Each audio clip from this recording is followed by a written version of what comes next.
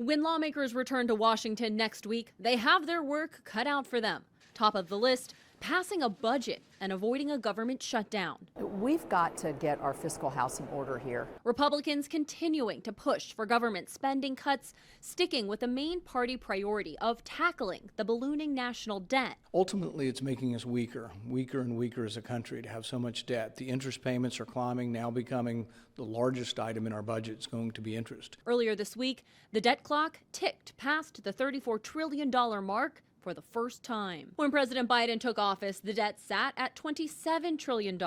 And despite adding $7 trillion to the national debt while in control of the White House, Biden Press Secretary Karine Jean-Pierre says Republicans are to blame. There's a trickle-down debt, if you think about it. Republican tax cuts are responsible for about 90% of it, of the increase in the debt as a share of the economy over the last 2 decades. Meanwhile, waste continues across government agencies. Just the News reporting $236 billion of improper payments were made in fiscal year 2023 alone.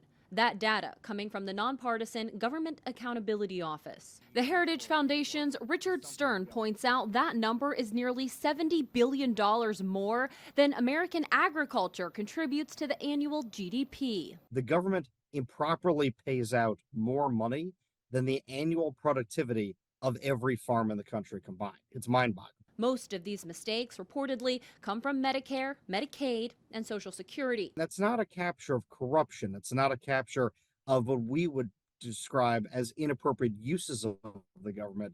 That is just where the government made a mistake with how they spent them. In the past 20 years, these improper payments have cost U.S. taxpayers $2.4 trillion. In Washington, I'm Kayla Gaskins.